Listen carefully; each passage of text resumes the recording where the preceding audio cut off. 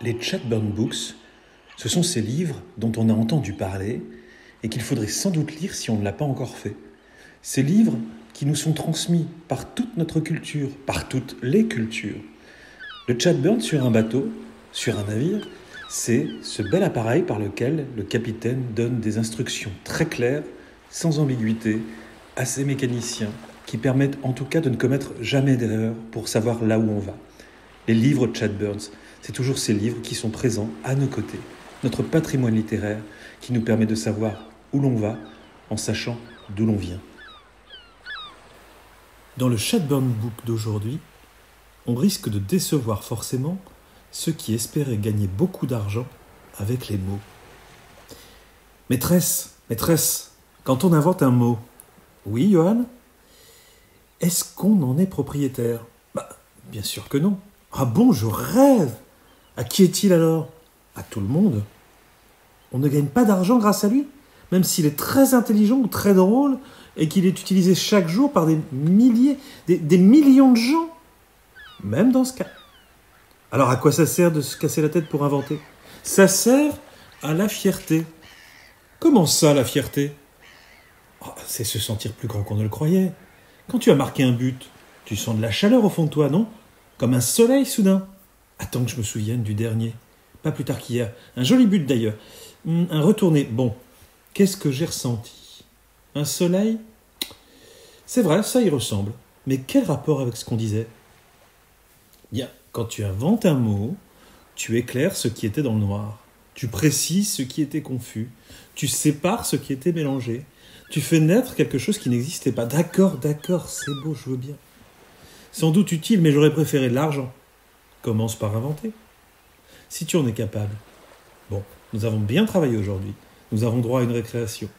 Nous nous levions déjà et nous nous bousculions vers la porte. Oh là là, s'exclama Laurencin. Je parlais d'une récréation ici, dans la classe, pas dans la cour. Comme de bien entendu nous grondâmes. Je vous fais le pari de vous amuser plus que vos jeux. Essaie.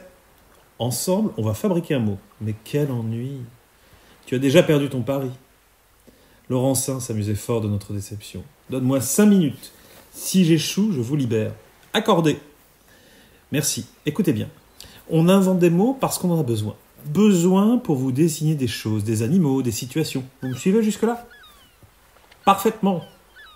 Supposons qu'on me pose la question suivante. Quand puis-je aller en récréation ?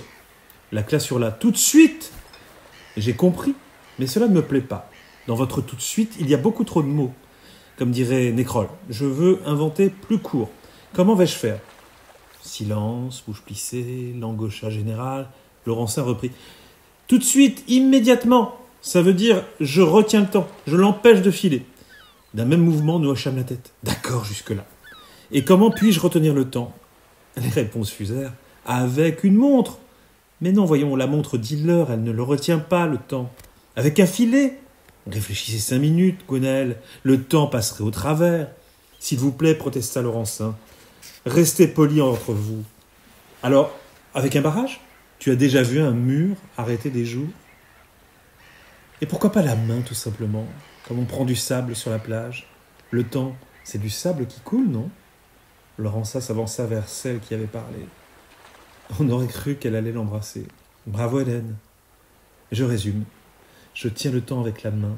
Quel temps choisir pour le verbe tenir ? Le présent, bien sûr. Donc tenant. Le participe présent. Vous ajoutez main et le tour est joué.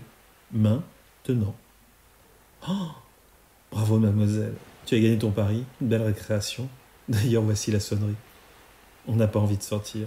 On recommence avec un autre mot ? Éric Orsena, La fabrique des mots, 2013.